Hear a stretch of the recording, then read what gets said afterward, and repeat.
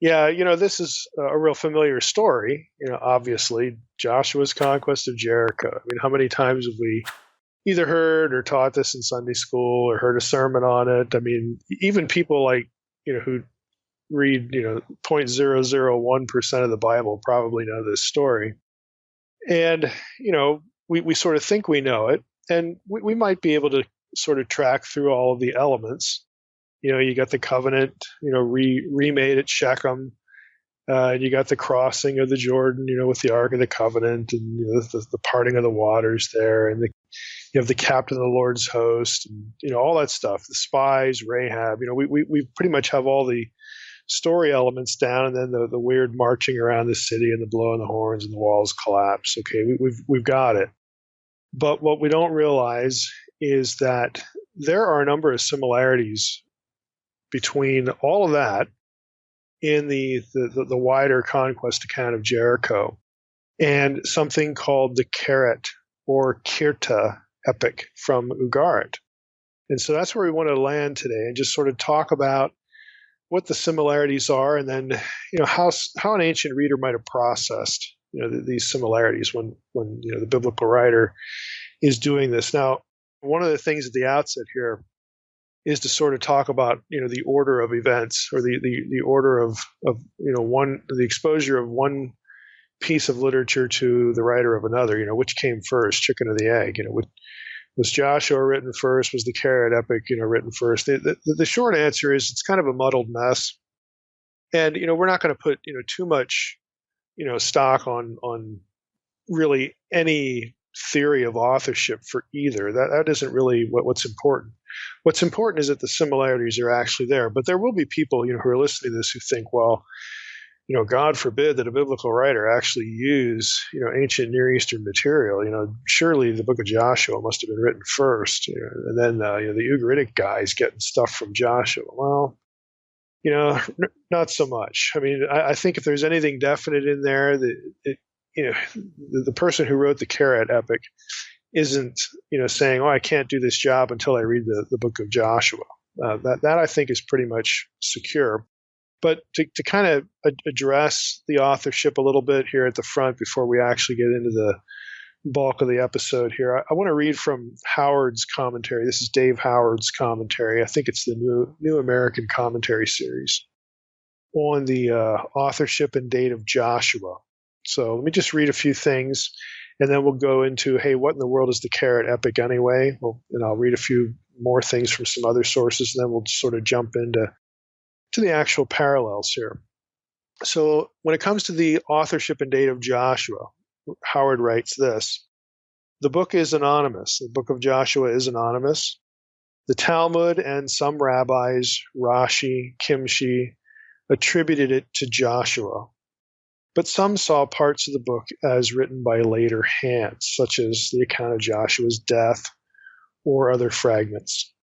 Now, modern critical scholars generally attribute the book to the Deuteronomistic writer or writers, which are roughly the 7th to the 6th centuries BC.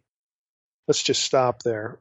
Now, what he's talking about here is the idea that Joshua wrote Joshua is very late. There's nothing in the book to establish that. The book is anonymous. It doesn't attribute its authorship to anybody. And so you have these, rabbinical traditions. Now, the modern view of this whole issue, this thing called the Deuteronomistic writer, that might be new to a lot of people in the audience. It's actually a big deal in biblical studies.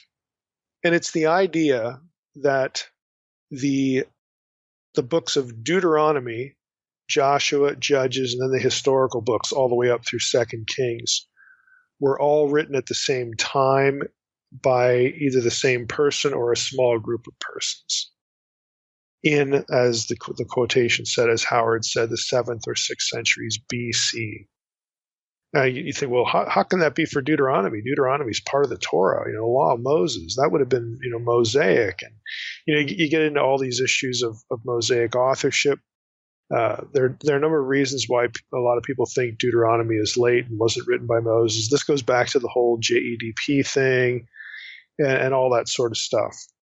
Even if you keep Deuteronomy in the Torah. And again, if you're thinking that Deuteronomy was composed with the intention of being the fifth of the first five books and so on and so forth, you could still look at this as Joshua through Second Kings, written much, centuries after the fact, after the conquest, by the same literary hand. And try to think of it that way. If the Deuteronomy thing distracts you, that's fine. The reason why scholars, say that isn't just source critical. It's that there are theological things in Deuteronomy that are not in the other books of the Torah, like the laws for the Passover. I keep bringing this example up because it's so obvious. The focus on centralized worship and sacrifice in Deuteronomy, whereas the patriarchs are sacrificing wherever they want to. They're just things like this that kind of separate Deuteronomy in chronology from the other material that's in the Torah. But again, it's a very complex kind of topic. But the idea is that these kind of concerns, you worship only at one place. The Passover is now a national festival, and you have to come to the temple or the place where the Lord will set his name. This reflects circumstances of Israel already being in the land. And that, of course, is going to be post-Joshua, because at the time Joshua ends and when the book of Judges starts, the conquest is still not complete. It's not the same situation as it is later on. And there are things about, again, Deuteronomy and Joshua, Judges, and the historical books that sort of unify them in terms of themes, in terms of specific statements, like the statement "unto this day" is a big one. Things that push the composition of those books later. And so since they have similarities between them, and since obviously the historical books are later, but they share these similarities with Deuteronomy, somebody came along and said, well, it was a historian living at around XYZ time, and he and maybe a few other people decided to essentially, write all of this stuff at the same time. Because none of these books, other than Deuteronomy, again, if you're going to go with the law of Moses phrase, none of the other books are attributed to anyone. So there are a number of reasons why this chunk tends to be viewed as written at the same time. So that's the standard, critical view. Now, let's just, for the sake of discussion, let's just go with that. 7th or 6th centuries BC. Well, Ugarit was destroyed circa 1200 BC. So you would have to either, it would be certain, if you adopt this chronology, it would be certain that the book of Joshua comes later. Something written at Ugarit, even after the city's destroyed, could have been preserved in archives somewhere that the scribe, could have come across the Keret Epic from Ugarit, so the chronology would work out in that particular way. And it's not unreasonable that somebody, again, in the professional scribal class would have access to the Keret Epic in this story. Now, there are other things to consider, though. I mean, it's not that neat of a picture. Going back to Howard says, Joshua undoubtedly wrote portions of the book, and he bases this on Joshua 24:26, which reads as follows.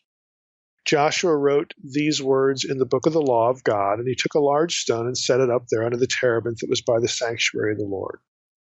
Now, it's very obvious if Joshua is writing these words on a stone, even a big stone, and set it up under the terebinth tree that was by the sanctuary of the Lord, he's not referring to the whole book. If you go back in Joshua 24, what is really referred to there are the words of this covenantal renewal kind of thing going on. So it's a smaller portion, but it does say this is the only place in the book where Joshua is said to have written something. And so Howard is viewing Joshua as a genuine historical source. And so it's like, well, Joshua evidently wrote some of this stuff because this verse alludes to the fact that he wrote some stuff. That's fair. It's kind of obvious. So he says Joshua undoubtedly wrote portions of the books, again, referring again to the content of the covenant the people had made at Shechem. But there are no further indications here or elsewhere in the Bible concerning the book's authorship. Now, Howard continues, and he starts talking about the date. And he writes this: there are no formal indicators in the book or elsewhere about the date of its writing, just just the whole thing now, not this little part in Joshua 24 that we're going to give Joshua credit for, coming from his hand. But as far as the whole book, again, there's nothing that indicates any kind of chronology, any kind of date. Back to Howard, he says, however, the formula until this day can be instructive in indicating a general date for the book, or at least parts of it. Childs, who's an Old Testament scholar, has noted that the use of the formula in Joshua 15:63 and 16:10, again unto this day, points to a period not later than the 10th century BC. This is because Joshua 15:63 mentions people from the tribe of Judah living in Jerusalem alongside Jebusites, whom they could not drive out. Since David captured Jerusalem from the Jebusites circa 1003 BC, according to 2 Samuel 5:6-10, presumably the Jebusites did not live there in any significant numbers much later than that time. Furthermore, Joshua 16:10 mentions Canaanite inhabitants of Gezer among the Ephraimites, since an Egyptian pharaoh, probably Siamun, which his dates are 978 to 959 BC, this Egyptian pharaoh destroyed the Canaanites at Gezer and gave the town to Solomon as a dowry. That's in 1 Kings 3:1, 1 Kings 9:16. Since all of that happened, the reference to the Canaanites in Gezer would have come from a period prior to that.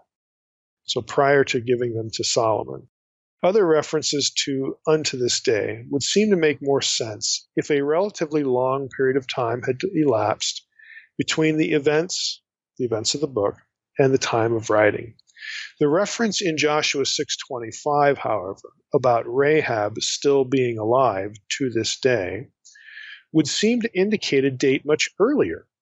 Furthermore, the boundary descriptions in chapters 18 through 19 seem to have come from survey descriptions written at the very time. Then he gives a few verse references to the boundary descriptions in chapter 18. Joshua was responsible for writing about the covenant renewal ceremony in chapter 24. Again, so that would have been the contemporaneous.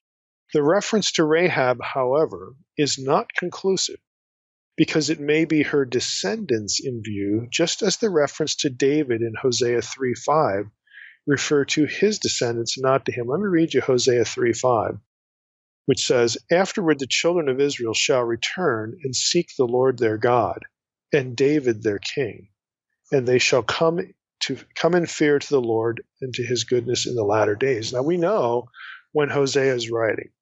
Okay, 8th, 7th century, something around there.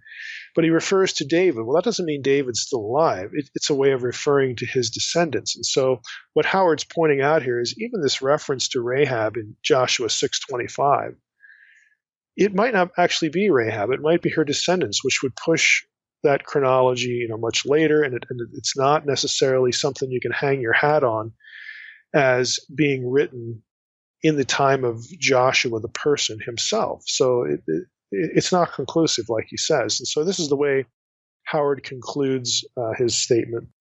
We conclude that portions of the book were written in Joshua's day, and that it was substantially complete by the time of David at the latest. Okay, so he's going to push it.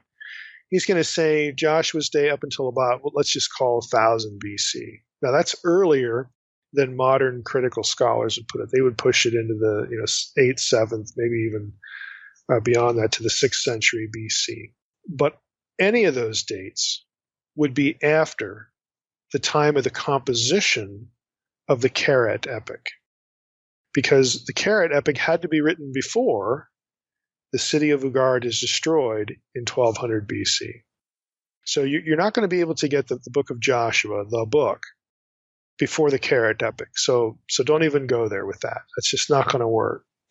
Now, one other thing to notice here is that none of these possible early chronological indicators really involve the battle itinerary, the Battle of Jericho. Even the Rahab reference, again, is an after-the-fact reference. And it could be even, again, chronologically pushed forward even more based on the Hosea 3:5, parallel idea. And what we're going to talk about today really concerns the battle of Jericho itself and the events just prior to it. Those are the things that are paralleled by the Keret Epic. So you ask, well, what in the world is the Keret Epic or the Kirta Epic? You'll see it referred to both ways. Keret is spelled K-E-R-E-T. Kirta is K-I-R-T-A. It's also known as the Legend of King Keret. So what is this thing? Now I'm going to read a little bit from Craigie's book. This is Peter Craigie, Ugaritic and the Old Testament, which is a nice little paperback book. It's very, very handy, very condensed, worth having if you're interested in Ugaritic and Ugaritic stuff. Craigie writes about the Keret Epic. It's a story that survives in 3 tablets, 2 of which are broken in several places, and therefore the story is incomplete in the sense that where the tablets are broken, you can't quite read everything. But most scholars think that the story itself is represented by these 3 tablets. So at one point, this would have been the whole story, but because this is all we have and it's broken in places, we don't quite know every detail of it, but it is substantially known, and it very likely is complete in terms of at one time. This was the whole thing. So here's what Craigie writes. He says, the ancient legend of Keret was recorded on 3 clay tablets, all of fairly large size, with the writing in 3 vertical columns on each side of the tablets. The story concerns a king who was already regarded a figure from antiquity in the time of the kingdom of Ugaritic. So this it would have been referring to a guy who lived, again, earlier than the actual composition. Back to Craigie. His name was K-R-T, usually vocalized as Keret, though it is rendered Kirta in some translations. The story begins with a description of the terrible plight in which King Keret found himself. As a consequence of various disasters, almost all of his family had been destroyed, and worse still, though he had 7 wives, each had died from some misfortune, leaving the king without progeny or an heir to the throne. Devastated by disaster, the king went weeping into his room. But when sleep eventually overpowered him, he had a dream. And Craigie quotes a few lines from the Keret Epic. It goes like this. As he wept, he fell asleep. As his tears flowed, he slumbered.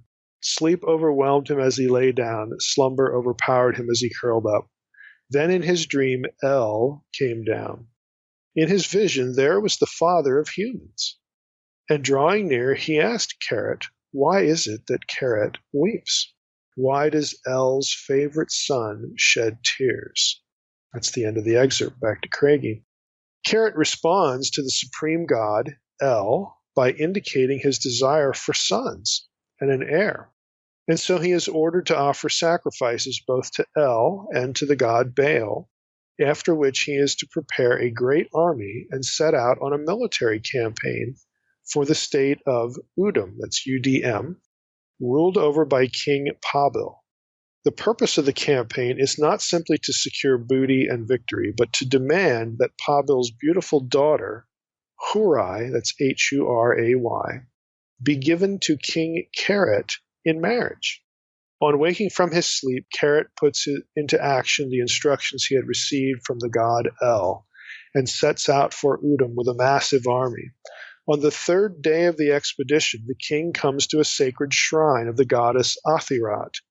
There he makes a vow that if he obtains the princess Hurai, he will donate great sums of silver and gold to the goddess.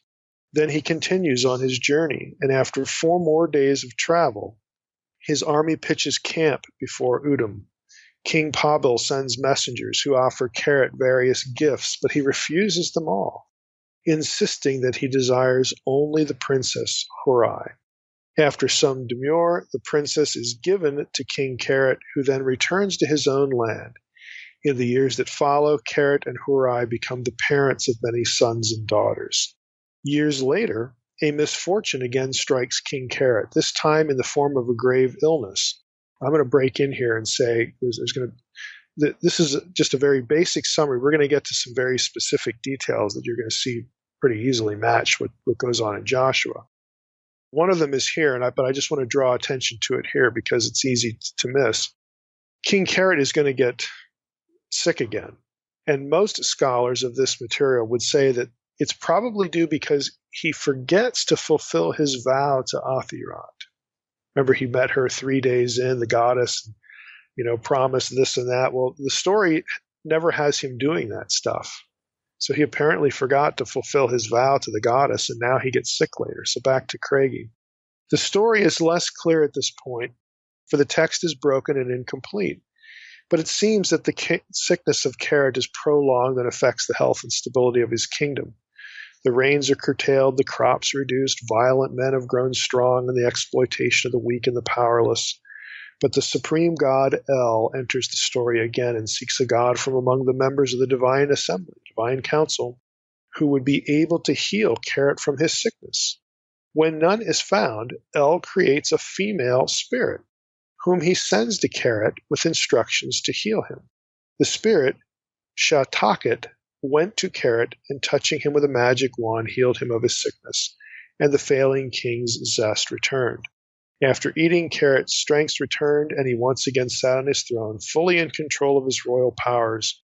But his son, Yassib, that's Yassib, thinking perhaps that his father was still sick and not in control of his powers, had hatched a plot to overtake the kingdom. Yassib approached the king and boldly declared the king's failings, which had been a consequence of sickness. But he had badly underestimated the father's renewed vitality, and the story, which began with Keret desperate for a male heir, concludes with the same king declaring a curse on his overambitious son, Yassib. Now that's basically the story. It's the end of Craigie's quote. You say, well, what does that have to do with Joshua? You could probably guess it's the military part of the story that has something to do with Joshua. And there are a handful of sources that refer to this. If you go into serious commentaries in the book of Joshua, you'll get a few footnotes here and there about kind of vague references to similarities between Keret and Joshua, the conquest of Jericho. There's actually an article, and again, I will put this in the folder that newsletter subscribers can get access to, by Marieke den Braber and Jan Wim Veselius. It's called The Unity of Joshua 1-8, and its relation to the story of King Keret and the literary background of the Exodus and Conquest. It's from the Scandinavian Journal of the Old Testament, and it was written in 2008. Now, the article is very technical, so I'm not going to go through the article or anything like that, but I will read the abstract here and then maybe a few points as we proceed here.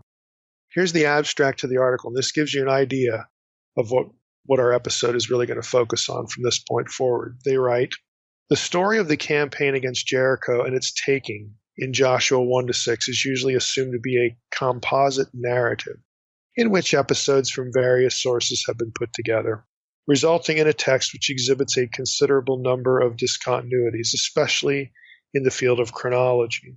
In this article, it is argued that the chronological indications can be joined in one framework of twice 7 days, 2 periods of 7.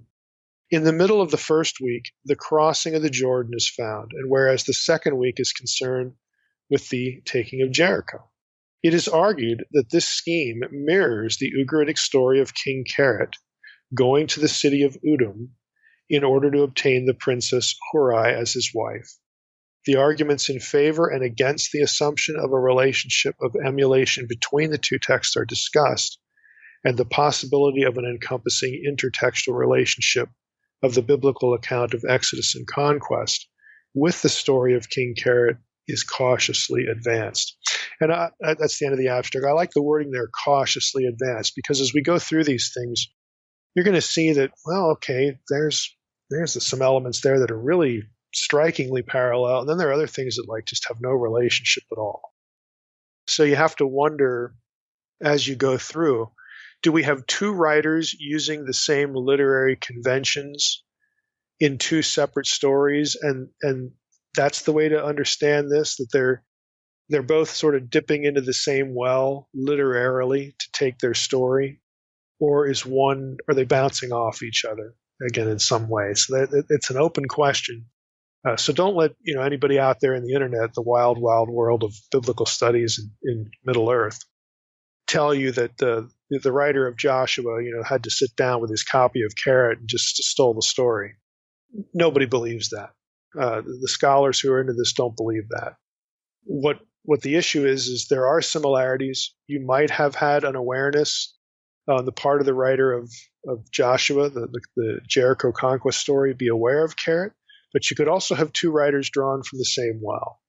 So with that said, let's go through the major similarities here. Now, the first one between the two, the first one is chronology.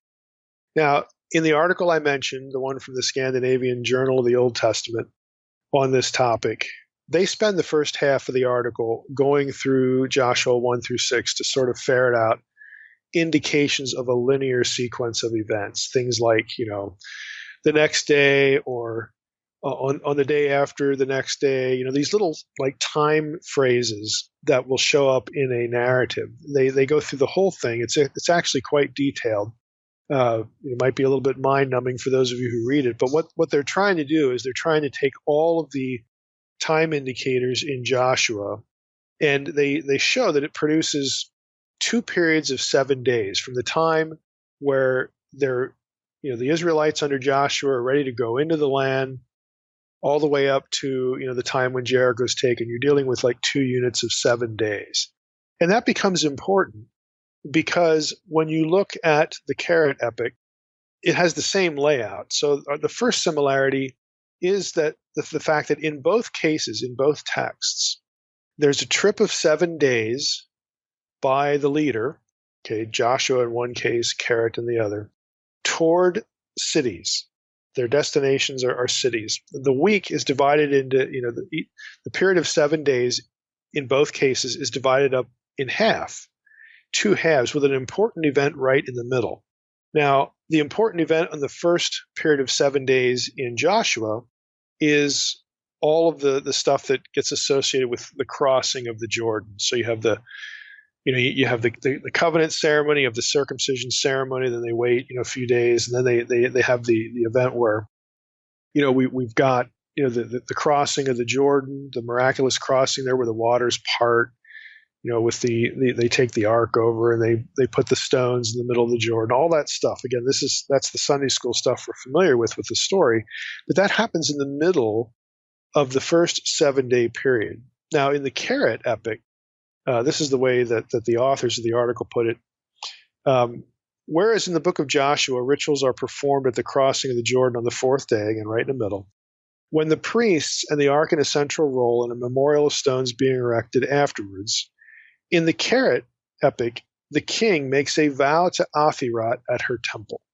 Okay, so in both cases, you've got the first period of 7 days bisected by some event that involves divine activity. In the case of Joshua, it's the covenant renewal, it's the parting of the waters. For the Ark of the Covenant, the Ark, of course, marks the presence of Yahweh, goes across the Jordan. In the Keret Epic, it's bumping into the temple of Athirot, and of course Athirot herself at the temple, and then Keret promises her certain things, and he makes a vow to her. He doesn't offer anything to her, but he makes a vow about offering something to her later. But there's this divine encounter, divine activity event right in the middle of the first 7 days. Okay, so that's a parallel, and you might think, well, who cares? You expect in these stories, especially in the Bible, that God's going to be one of the players in the story. And of course, in other ancient Near Eastern literature, gods pop up all over the place. So big deal. Well, it's just one of several things. And it's the way the story starts. Again, first 7 days. Now, number 2 would be at the crossing of the Jordan on the 4th day, again, in the book of Joshua now, there was a covenant renewal. There are certain ritual acts performed, creating a binding relationship between the Israelites and God. Now, that covenant gets violated very quickly, because, we know the story of Achan. I mean, sure, they go in, they take Joshua they take Jericho. But it seems like no sooner does that happen, and that's only 7 days removed, that we've got a problem. We've got the Achan problem. So there's something that goes wrong with what was promised the deity. And Joshua and the people promised God their loyalty. They promise, to enter into this covenant relationship with him. They're going to obey the commands. They're going to go in there and do what they're told. They're not going to touch things that are put under the kerem, which of course is what Achan does. They promise to do, certain things and not do other things, and they blow it. It only takes another 7 days, and they just blow it. Now, in the Keret Epic, the article notes this: a comparable breaking of the obligation contracted near the middle of the week of the journey is found in the Keret story.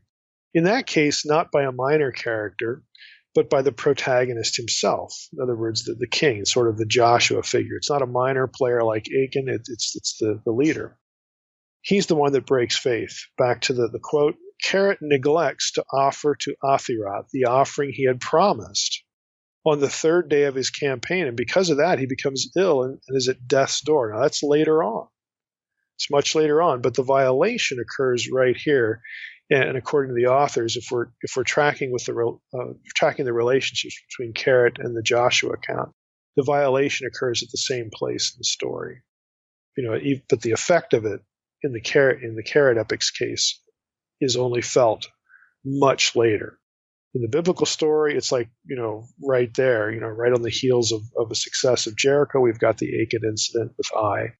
But again, the argument is that the similarity here is that the violation occurs at the same time. Third, when we begin the second week, the second period of 7 days in both stories, you have, again, some striking similarities. And I'm going to read again from the article. This is the way they summarize this. After these 7 days, the second part of the stories starts in both cases. In both instances, instructions for the action against the city are given by the deity. Joshua is instructed by the Lord himself, at first through a divine messenger, Joshua 5, that's the captain of the Lord's host. Keret receives his instructions from El in a dream. Keret receives a complete set of instructions before he leaves for Udum, and both periods of 7 days occur after his dream. Joshua, by contrast, is provided with his orders in 2 installments, so there's a difference here. In Joshua 1, 2 through 9, he receives fairly general instructions, the implications of which only become entirely clear to the readers when Joshua instructs the spies to inspect especially Jericho, and when the Israelites set out across the Jordan. The meeting in Joshua 5, 13 through Joshua 6:5 gives Joshua directions on how to conquer Jericho and what has to be done on which day. This is explicitly indicated by the Lord and carried out to the letter by Joshua. So again, the point of the parallel is that when the second period of 7 days begins, we've got divine instructions for, hey, when you get to the city, this is how you set up. This is how you lay siege to it. So we have that happen in both stories. Number 4, and this is where it gets a little more particular, the siege of 7 days. There's a 7-day siege in both episodes. So again, to quote another source, this is going to be from Dozman's commentary, his Anchor Yale commentary on Joshua 1 through 12. He writes this: the 7-day cycle is prominent in ancient Near Eastern literature and in the Hebrew Bible.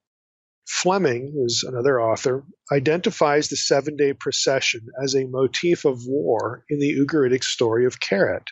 He recognizes the same theme in the 7-day procession around Jericho and suggests that the period of 7 days may be the conventional way of describing siege warfare in the ancient Near East. Now, I'm going to stop there. That's important.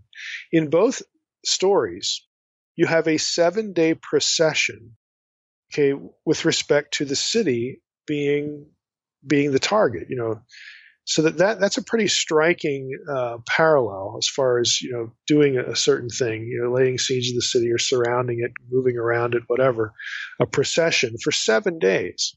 The quote, though, points out an important thing. The author here, Dozman, is quoting Fleming, and the point is that this may be sort of a stock description of how to describe siege warfare in the ancient Near East.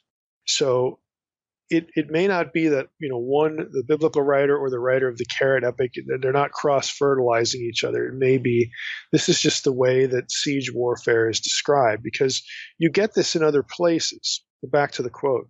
The motif also appears in the war between Ahab and Ben-Hadad, where the deity again plays a prominent role in the Israelite victory. And he quotes now from 1 Kings 20:29.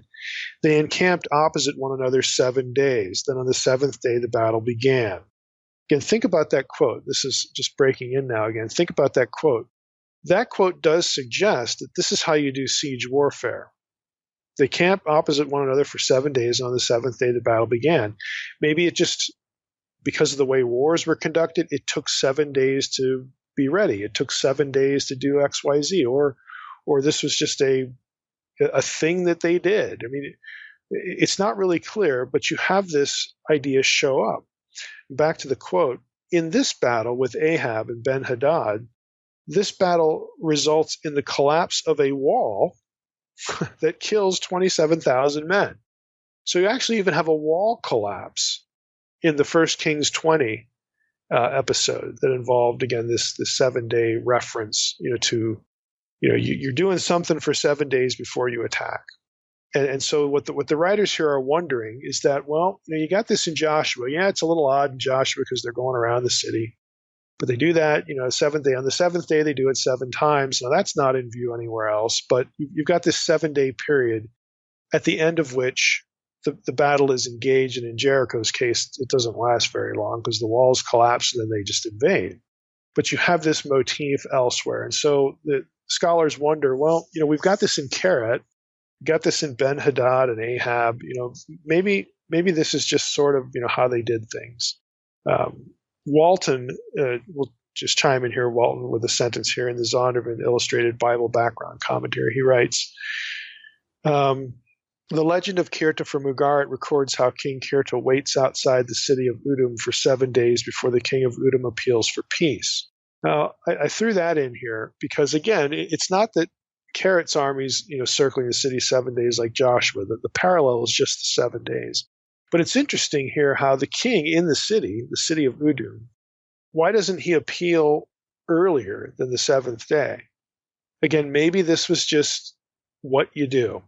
You find out on the 7th day what their intentions are. I mean, honestly, scholars are not sure about this, but there seems to be something to the 7th day pattern that appears in Joshua and Keret and 1 Kings chapter 20.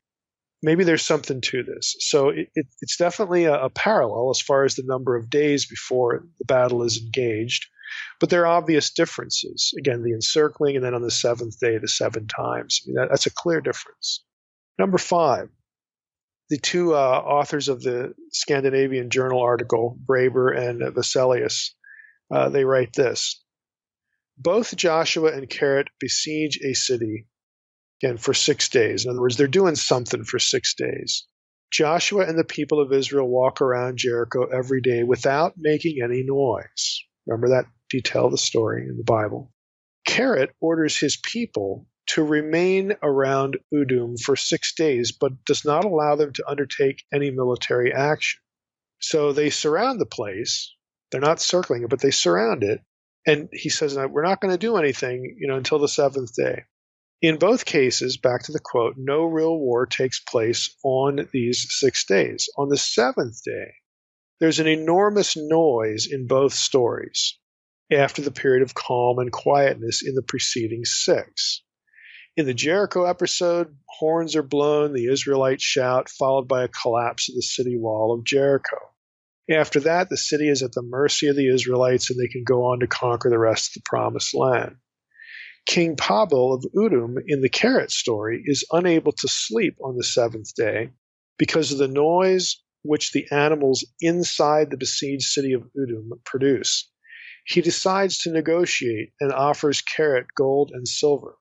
After Keret has refused this and asked for the king's daughter Hurai instead, as he was told to by the god El, the daughter comes out to Keret the same day, ready to become his wife and to bear him children. So that's the end of number 5. So what they are arguing here, what they're suggesting here, it's a better word, is that within the 7-day pattern, 6 days of doing something but not attacking. And then you got the engagement on the 7th. There's for the 6 days leading up, there's quiet. In the Joshua story, they're not allowed to do anything. You just march around. So that's all you do. You don't attack, you don't say anything, you remain silent. In the Keret story, we're not told that the animals inside the city, and this is what happens when cities are under siege. I mean, you got to have your animals, for food supply and whatnot. So they're in the city there with them. We don't read about any real complaint, any real problem, during the 6 day, period. It's just that on the 7th day, the king there's just this loud noise. All the animals are making noise now. I gotta do something here. We can't live like this. So he tries to negotiate. Of course, all that Keret wants is the woman. So scholars are saying, well, this is something of a parallel as well. You've got this period of quiet, which is odd and unusual, before you hit the 7th day when everything gets resolved, when there's an engagement, when something happens. Now, those are the 5, major parallels between the 2 stories. And what I'm hoping you're thinking at this point is, well, I could see why people would talk about this. There are some similarities here. We got some chronological similarities. We've got sort of a timeline similarity. We've got a 7-day, pattern. We've got, in between the first week, we've got some sort of divine encounter and all that kind of stuff. So yeah, there's some parallels here. But I'm also hoping you're thinking to yourself, you know what? I expected more than that. Okay, because there are other things that are, ancient Near Eastern texts that are parallel to Old Testament passages that quite honestly are a lot more striking than this. So you may have expected more of that, and you're saying that because you know the biblical story well, and there are a lot of disconnects between the two, a lot of clear disconnects. So what do we do with this? I think it's very evident that you can't argue, again, coherently. I mean, again, this is internet theology, and I don't know. We're doing this topic because I got some email about it, wanting to do the topic, so I put it on my list. So I don't really know what the person who asked was reading, but chances are you can go out on the internet and find stuff on this, and you're bound to run into something that, like the stuff in Genesis, like other stuff in Exodus, people essentially just kind of mouthing off and saying, well, the biblical writers just stealing this story and just, you're sitting down and taking this material and plagiarism. That it's just ridiculous. Okay, that's not only did people in the ancient world have no sense of intellectual property, especially in Old Testament, ancient Near Eastern context, but it's just not that tight. It's nowhere near that tight. You have some similarities here, but if the biblical writer sat down with a copy of Keret and said, "Boy, I need this to write my story," he did a pretty inept job. I mean, he's got some basics here, but there's so much new material that it makes you wonder, well, how can we even view this as any sort of dependence? See, because that's where internet theology wants to take you. They want to talk about dependence of one author, the biblical author, on some ancient Near Eastern material, as opposed to what the writers of some of these excerpts that I've read are suggesting. They're not suggesting literary dependence. They're suggesting common patterns of the way you write things in the ancient world. That is not dependence. That is being an intelligent writer and knowing either in terms of historical convention, i.e. how a siege warfare runs, either some historical connection to the way things were done, or literary conventions in how a scene is set up or written. Okay, one or the other, and probably a little bit of both. That is more viable. That's the kind of thing that scholars talk about. Common literary, social, cultural conventions that wind up being included in stories, or stories are structured according to those things. And since we've got Israel and Ugarit, and it's everybody's sort of in the same region of the world. Writers, scribes, the scribal elite in all these cultures, they're going to be well read. They're going to They're going to visit libraries. They're going to see correspondence. They're going to read literature, from other places. They're going to be able to read in more than one language. Okay, Elamarna letters are a good example of this. They're going to know these conventions, and they're going to be the people who are actually tasked with writing this stuff. It's not like what do we think's going on, in biblical writing? And I'm speaking again to the internet theology crowd. How do you think this happens? That some guy, he was a slave and now he's out of work or whatever. He got fired or, got kicked out of the gang. And, you go out there in the desert and die now. And so he goes out, well, I need to write something down here. I need to produce something in writing now. But I'm going to go steal something and make up a composition and hope it sells and I can make my livelihood that way. It's absurd. You have a literate class of scribes who are well read. They understand the craft. They have intellectually been cross-fertilized with the writings of other peoples and other places. And they know how to intelligently produce a piece of writing so that the people within their class, people who are used to reading, and literacy is not this widespread phenomenon. Okay, they know how to craft something so that it is viewed as a professional job, as something respectable, something competent. That's what happens. You don't have people running around stealing pieces of writing and then making their own and hoping it sells or hoping it has influence. That is a cartoonish way to look at how not only the Bible but other ancient Near Eastern documents were composed and why they were composed and why they have similarities between them. Similarities relate to the scribal culture, the literary conventions that the scribes know and know from other places. That's why we have these similarities. They're from the same region. This is why we have similarities. And then there's also the element of polemic and things like that, where writers do want to take shots at somebody else's religion or somebody else's battle or somebody else's king. They do want to do that, and they know just how to do it because they've been exposed to the literature of that other place. They know what they're doing, and they're good at it. These things aren't impromptu. They're not just wholesale cheating and copying it. Again, that's internet theology. That's internet biblical studies. It's not what we're talking about here. And nobody in the academy is going to view things so cartoonishly and simplistically. So for the sake of our episode here, try to get into a little bit of not application like it's sermonic, but how do we think? How do we apply this to our thinking about the Old Testament, about how this particular section of Joshua was put together? You can't really psychologize the writer.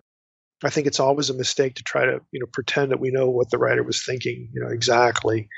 Good writers will write their content in such a way that you can make some good guesses at that kind of thing.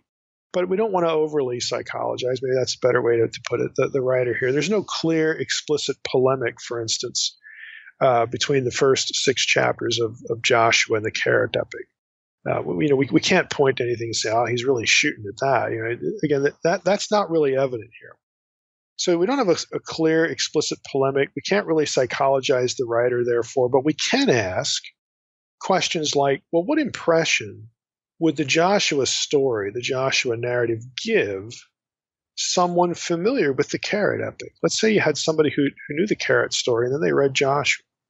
What impressions would they take away, especially if they were a Canaanite, especially if they were someone who worshipped El and Baal and Athirad? We can ask questions like that. So if you're familiar with the Keret story, again, if you're a Gentile, you're Canaanite worshiper of the deities mentioned in the Keret story, or even if you're an Israelite and you know what Canaanites think religiously, how would you have processed the Joshua 1-6 story? Again, if you're familiar with the one and you read Joshua's story, you should be able to see the similarities and what might occur to you as you read them. What thoughts might it challenge you with? Again, I would say especially if you're a Canaanite, but again, even if you're an Israelite, you know how those people over there, what they're thinking theologically. How might they process this? What impression would it create? Well, let's just make a few observations here. Let's ask to start off here, who was it that told Joshua and Keret to assemble for the siege? I mean, who was it that gave the instructions? Now, the Canaanites, or a Canaanite, would know that Israelites referred to their God, and they referred to Yahweh as El. Okay, if they've read any kind of biblical material or they've had a conversation with a theologically serious Israelite, the theologically serious Israelite is going to say Yahweh is El. Okay, he is El or Ha-El. He is the God. And they're going to identify with El. If you're an Orthodox, we'll call him an Orthodox Israelite. That doesn't mean that you think Yahweh does all the stuff that El does, because El does some pretty crazy stuff, pretty nasty stuff, pretty immoral stuff. What I mean by that is they're going to view Yahweh as the highest of all gods. He is Lord of the pantheon. He's Lord of the spiritual world. There's no higher God. Okay, and a Canaanite's going to view El as in that position. Now, it's true that Baal is the one who gets called Most High, but Baal has to ask permission of El to do certain things. So El is the real authority. Baal is referred to as Most High because he basically acts as El's proxy or vice regent. He runs everything, and El sort of is in the background. But El is the highest authority at Ugarit because Baal has to ask his permission to do things. That's just the way it is. So you're going to, as an Israelite, you think there is no higher authority than Yahweh. He doesn't have to ask permission to do anything. So in the Joshua story, you have the highest deity, the highest God. Give Joshua instructions. In the Keret story, that deity is El. Now, you say, well, what's the big deal? Well, you could read, and again, this is just a thought experiment here, thinking, like, how would this have been received? You could read this, again, if you were familiar with the Keret story. You could read Joshua and his commissioning as evidence of the favor of El on an Israelite. In other words, El is blessing the Israelites because isn't Joshua like trying to get rid of the Canaanites in the land?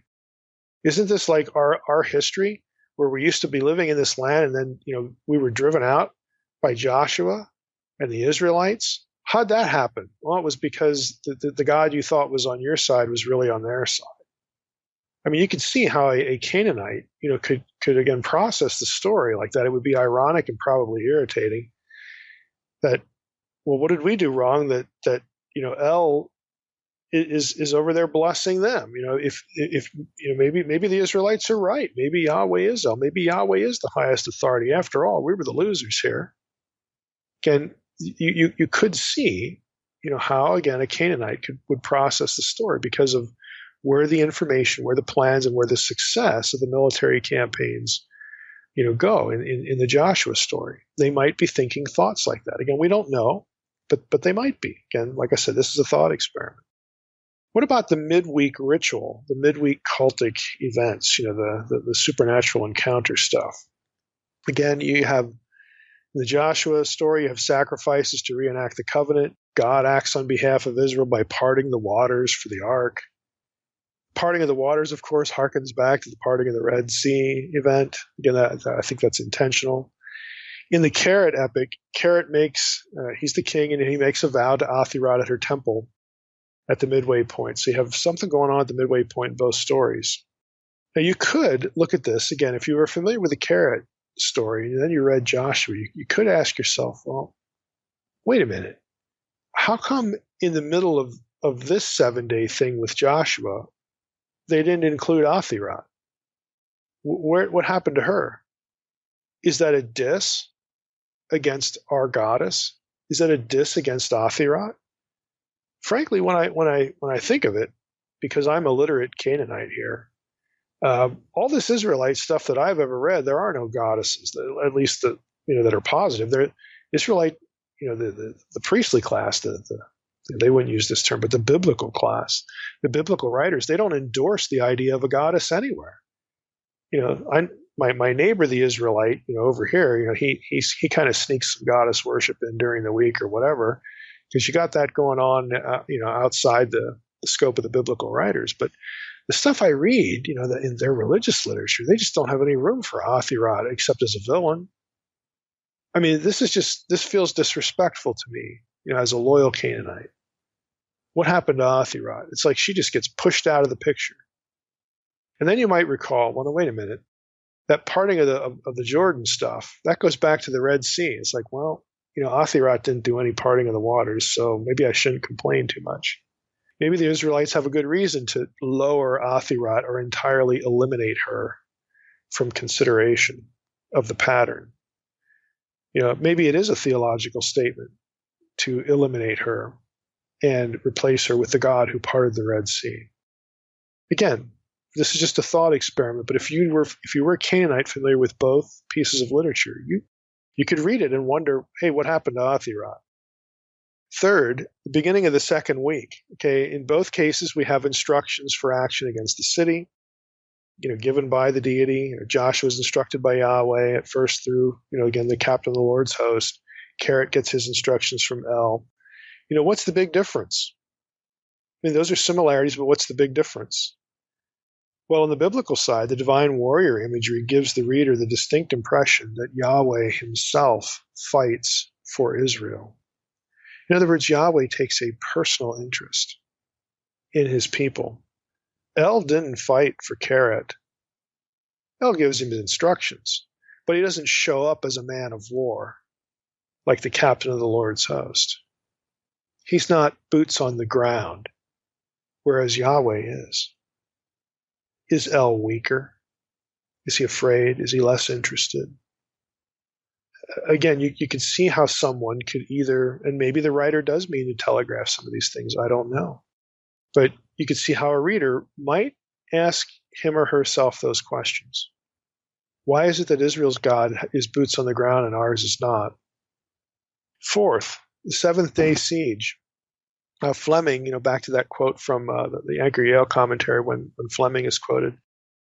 Fleming argues that on the basis of the Keret text from Ugaritic, that the 7-day period represents, this sort of pattern. Not only the pattern that you get with siege warfare, but he also kind of zeroes in on, if we didn't go back and quote that article, but in that article, Fleming zeroes on the number 7, and he argues in a number of cases that 7 is often associated with the work of God, the work of a deity, and that the siege, it involves God because of the Ark of the Covenant there.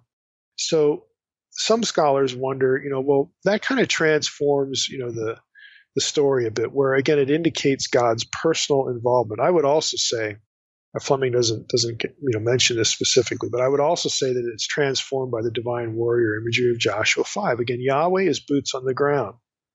Yahweh is boots on the ground, and El is not. Now, Butler, in his commentary, adds these thoughts to the 7 thing. It's interesting to note, he says, this is Butler in the Word Biblical Commentary. It's interesting to note that in the flow of the biblical story, a 7-day period is frequently associated with being made fit for sacred space or entering sacred space. Again, that's really my words, summarizing some of the things that you could see in his commentary. But it is interesting if you actually do a search for 7-day periods, they're not always having to do with divine activity. They're not always, again, fixated on being prepared to occupy sacred space, or if you have some kind of blemish or you've been ritually impure, you wait 7 days and then you're okay. But there are a lot of them. There are a lot of these things in these 7-day periods that have something to do with divine activity or being fit to occupy sacred space. And if the issue is sacred space, then God is there. Again, God is boots on the ground, in the Joshua story. Now, Keret, of course, gets an heir. Well, good for him. He got an heir. He got a wife, so now he can have kids. But Israel gets more than that. Israel is being prepared at the ceremony there in between the first week. They are fit to occupy sacred space through the covenant renewal, through the parting of the waters. They go into Canaan. They go into Yahweh's land. Remember Deuteronomy 32:8-9. Israel is Yahweh's portion. Jacob is his allotted inheritance. And these were the parameters of the land that God chose, Yahweh took for himself, and so on and so forth.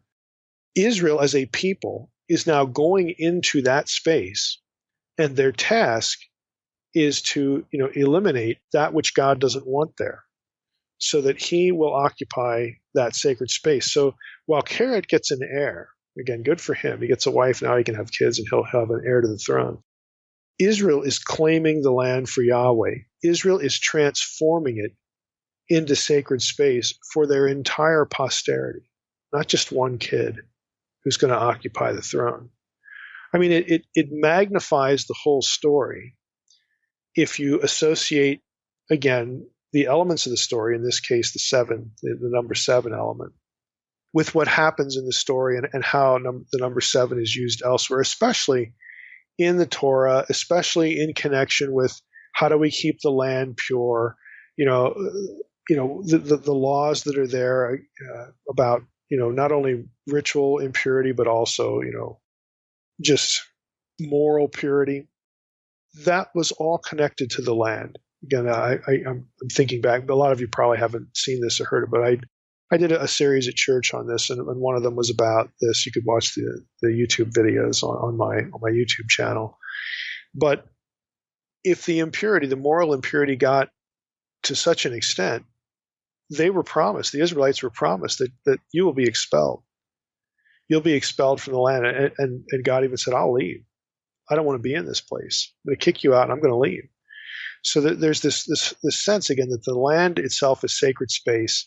And again, ritually, the number seven occurs in lots of these, sacred space kind of contexts. And you have the seven that goes back again to the siege warfare, the siege of Jericho. Again, the seventh day, they go around seven times. And scholars, again, just wonder about what the number seven really conveys here. And if you are, again, in our thought experiment, if you are the Canaanite, looking at this, and you're noting the comparisons of the story, and the number seven is one of these comparisons, and you look at the way your story winds up, and you think, well, good, he got a wife, and King Keret had an heir, and his heir turned out to be kind of a jerk anyway, and he has to curse him at the end, but he still got, what El promised. And then when you look on the Israelite side, the promise is so much bigger. It's not only to one guy and one kid, it's to the whole nation. Again, Yahweh is boots on the ground, acting on behalf of an entire people. The entire nation itself, Yahweh's earthly family, get into a little divine council theology here, but Yahweh's earthly family is the focus, is the inheritor of the story of the conquest of the land. It's not just for one guy. It's not just for Joshua. It's for everybody. And in Keret, it's only the king and his one son. Yahweh fights for his people and his children collectively. If you're a Canaanite, only the king gets any favor. Again, would a Canaanite have actually had that thought? Again, I don't know. But I think it's possible that they could have. Why is their God so interested in everybody, the whole people? Whereas over here, El is acting on behalf of one guy. And El even calls that one king his favorite. What about the rest of us? If you do think thoughts like that, again, as a Canaanite, as an outsider, and this is part of the rationale for Israel to be a peculiar people, to be a kingdom of priests, you might think thoughts like, good grief, I wish our God thought about us the same way. But he doesn't. He doesn't. So again, to wrap up here, we don't really know why, these elements are there. There's not a clear polemic in this case. Again, I think it's fair to do our little thought experiment about how a literate person familiar with both religions, Israelite theology and Ugaritic religion, familiar with both texts, reading through them both, noting the similarities, but also noting some of the important differences. Things that could have, popped into their head about and made them wonder about, why is it that Israel just seems to have this special relationship with her God, their God, and we're just kind of over here. Now, if it's well after the fact, if this was written centuries later, again, you're not going to have the native Ugaritian thinking these thoughts, but you are going to have outsiders, people, from Canaan who, should be there or shouldn't be there or whatever. They're going to know the biblical story. They're going to know, again, the traditions of El and Baal, and they're still going to be worshiping those other gods. We know that from the biblical story on into the monarchy and the divided monarchy and whatnot. The worship of El, and particularly Baal, is a big deal. They're the chief competitors to Yahweh of Israel. Again, we know that from the books of Samuel and Kings. Again, that's sort of like Old Testament 101 stuff. We know that. So again, even if it's farther removed, this is, the way that the story is cast. This is their history. And if you are an outsider, and you may have been looking at all this wanting to be an insider, is the point. And I can't prove that, and there's no specific polemic, but it's just kind of interesting. So for the purpose of this episode, when we do encounter similarities, I think the takeaway here is, as you do your Bible study and you're using sources, you're reading commentaries, you're reading articles, study Bibles, whatever it is, you're going to run into some of this stuff. And I think it's a good exercise to ask yourself how an Israelite reader, a Canaanite reader, when you have instances of parallelism, how they would have processed the story, how each person would have processed the story. You put them in the same room, how would they talk about it? What questions would the similarities and the differences raise for the Israelite and the Canaanite? Because we need to ask those same questions ourselves as we try to interpret the text, as we try to think about the text well. What kind of questions do the similarities and the differences raise? Because at the bottom line is they're going to be theological questions. At the end of the day, they are going to be theological questions. They're going to be questions about our God or our gods and us and our destiny and why we're here and does he love us or not? These are theological questions. And just because somebody lived a long time ago doesn't mean that they're not wondering about their destiny, about what their God thinks of them. They are. They're people. They're like us in that respect. They're going to have the same set of questions. So I think it's a useful thing to keep in mind when we come across things like this. And to tear yourself away from, again, the cartoonish internet theology, this chicken or egg theology, like people are passing documents around and like cheat sheets. It's just ridiculous. It's just more complicated than that, and frankly, it's deeper than that. It's more meaningful than that. So again, hopefully, this just gives us a little indication on when we run into this stuff. How might we think about it? How might we approach it?